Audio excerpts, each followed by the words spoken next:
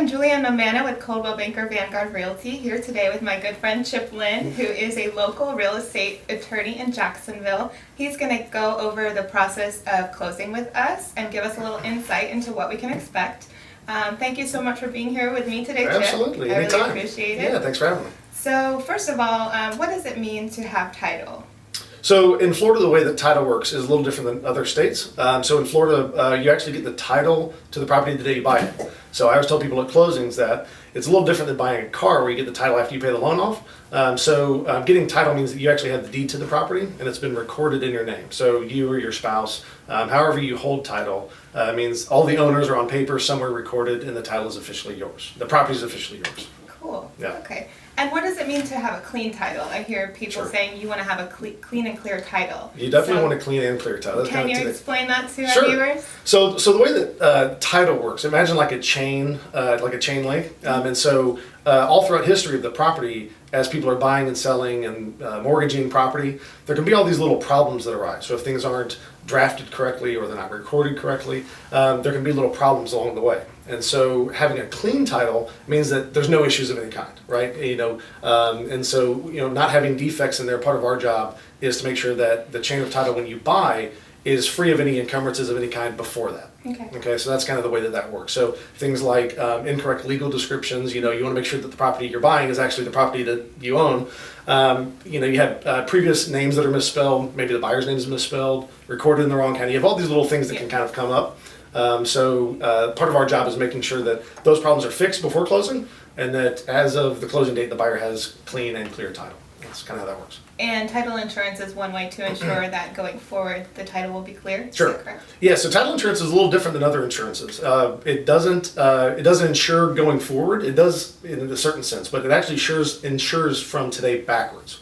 So I always tell people at closing that it's not like car insurance where you keep paying for it. It's just a one-time fee. Usually in Florida, the sellers pay for the buyer's title insurance, and then the buyers pay for their lender's title insurance. So if they're getting a mortgage, they pay for the lender's title insurance. And the way it works is, a title company like mine will get a commitment from their title insurance company, and it'll say these are the requirements that we have in order to insure these people. And so it's usually the bank and the buyer. That's who gets title insurance.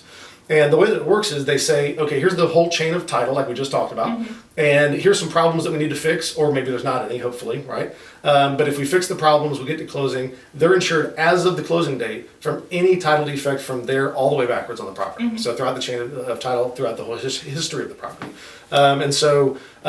It ensures if things come up in the future, but not if they happen for the first time in the future, right? So if you don't pay your taxes after closing, that's not insured by your title insurance, right? But if the sellers didn't pay their taxes, that would obviously be covered by your title insurance if we didn't catch that. So things like that. So if we didn't catch it and fix it as of the closing date, it's covered. Perfect. Yep. That's great to know. So can you go over a little bit what buyers and sellers can expect at closing, the process, what they need to bring, things like that? Sure.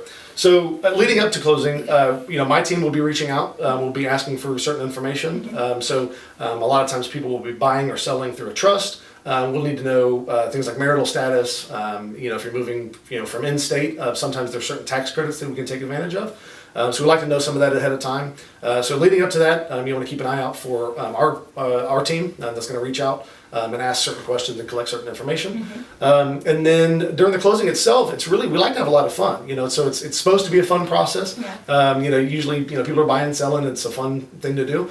So we like to encourage that. I like to get everybody together at closing. So sometimes because of schedules or whatever, we may not be able to do that. But I like to get buyers and sellers together because you kind of get the little things that you can't get if you don't meet them.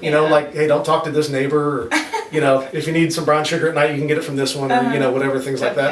But when we get to closing, really I kind of set the tone for that and kind of walk everybody through everything. We kind of try to strike the balance between speed and education as we're doing that. Yeah. One of the things I'll ask when we first start is, has everybody done this before? And so if we have a first timer, they require a lot more information than somebody that's done it 100 times. So in this area of the state, we deal with a lot of military couples and military families that they've done this a lot. And so a lot of times at closing, they don't want to hear everything over and over again. They've done this 20 times, and so they say, let's just get through it. Yeah. But if you're a first timer, a lot of these things you're hearing for the first time. And so you just got done dealing with your bank's underwriting, which is kind of a headache, probably asking for all the documents 3 or 4 or 5 times. And so by the time you get to us, it can really be overwhelming. And so we try to set the stage and just ease everybody through it, explain what we're doing and why we're doing it, but do it in a way that they're not there for 5 hours. You'll hear that a lot of times from certain places where a lot of agents will have horror stories about, closings that have gone on for 3 or 4 hours. So we really try to get everybody in and out quickly.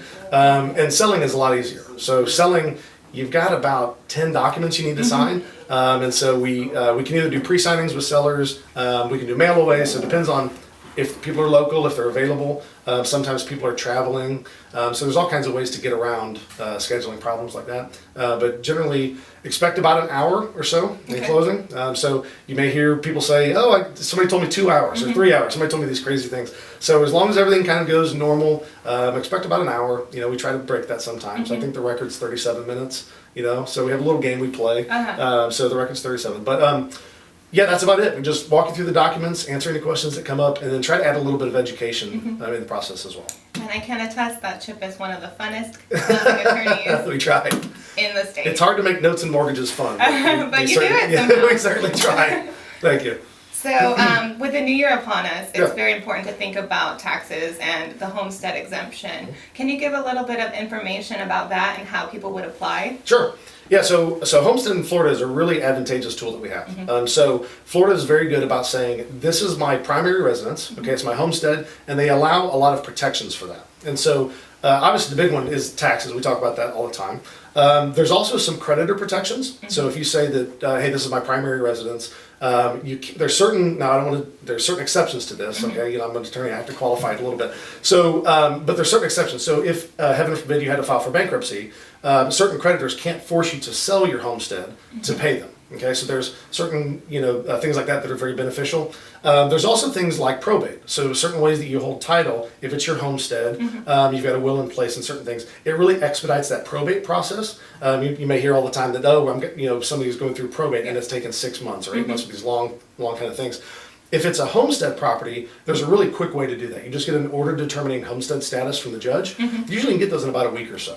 So it really streamlines that process so that your family can kind of, go on with, taking the property to sale or devising it however you had in the will. Okay, so there's certain things like that.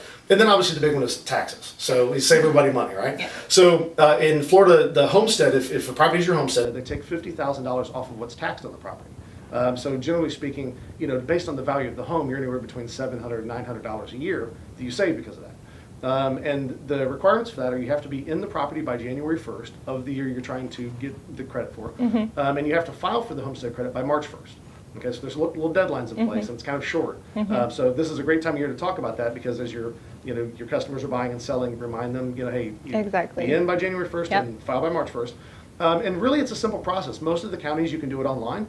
So you just want to go to the county tax assessor's office or website and you want a copy of your deed. You'll want to get your licenses changed over, which you have to do by law anyhow. So you get your licenses changed over to this new address. And then usually you want to show a JEA bill or Clay Electric or whatever utility company you have that the power's turned on in your name, and that's obviously where you're living. And you take that down there, they file it, and you're good to go. All right, thank you so much, Chip, for coming on. It was so informative. I really appreciate your time. And if you or anyone you know is looking to buy and sell real estate, I hope you think of me and Chip. If you have any questions, feel free to reach out. My contact information is listed now. Thank you so much and have a great day.